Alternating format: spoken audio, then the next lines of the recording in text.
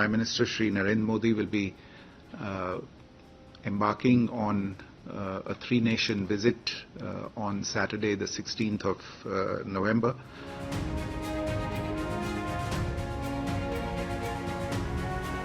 He'll go to Nigeria, to Brazil, and to Guyana.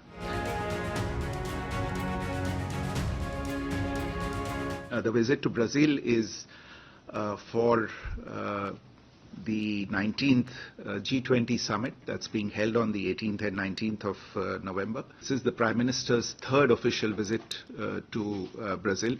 He has visited there earlier in 2014 and then subsequently in 2019.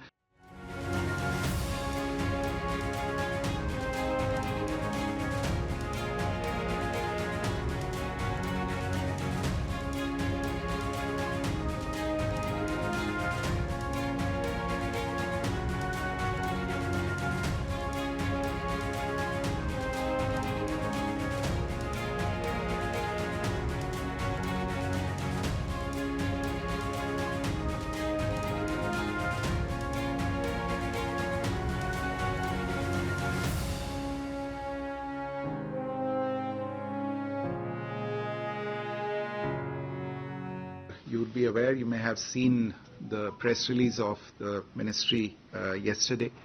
Honorable Prime Minister Shri Narendra Modi will be embarking on a three-nation visit on Saturday, the 16th of November. He'll go to Nigeria, to Brazil, and to Guyana. As Randir has mentioned, my colleagues will brief you on the visits to Nigeria and Guyana. Let me just say a few words about the visit to Brazil.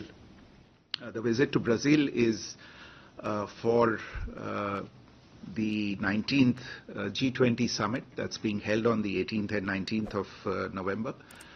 This is the Prime Minister's third official visit to Brazil. He has visited there earlier in 2014 and then subsequently in 2019. Both occasions were for the BRICS summits that were being hosted by Brazil in those years. This particular G20 summit is also going to be a very special summit because it will be the first time that the African Union will take its place in the G20 grouping as a member. You would all recall that it was at the New Delhi summit last year that the African Union was inducted as a full member of the G20. Apart from the G20 member countries, Brazil has also invited 18 guest countries, 5 each from Africa, Latin America and Asia, and 3 countries from Europe. There are also 15 international organizations that will be attending the summit. For India, this summit will be particularly important as we look to continuity of our priorities from the New Delhi summit, where a number of issues of interest, especially to emerging markets and developing economies, were also discussed.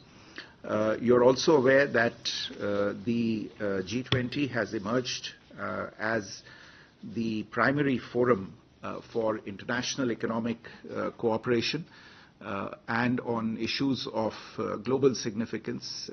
It provides an opportunity for leaders of the 21 largest economies in the world, representing about 88% of global GDP, 78% of international trade, and nearly 3/4 of the world's population, to come together and discuss key issues impacting the world, such as progress on sustainable development goals, multilateral reforms, tackling environmental and climate challenges, debt sustainability, bridging the global digital divide, the energy transition, and emerging technologies.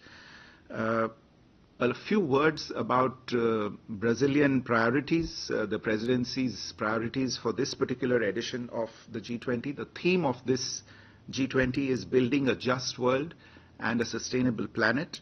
And the 3 key priorities of the Brazilian presidency are social inclusion and the fight against hunger and poverty, energy transitions and the promotion of sustainable development in its economic, social and environmental dimensions, and finally reform of global governance institutions. The flagship deliverable of the Brazilian presidency is the Global Alliance Against Hunger and Poverty, which will be launched during the inaugural session of the Rio Summit. This will be an initiative that is open to non-G20 countries as well, as also national, regional and international organizations, regional and multilateral development banks, civil society organizations and philanthropic institutions. There are 3 pillars under this alliance, and India will be joining the national and knowledge pillars of this alliance.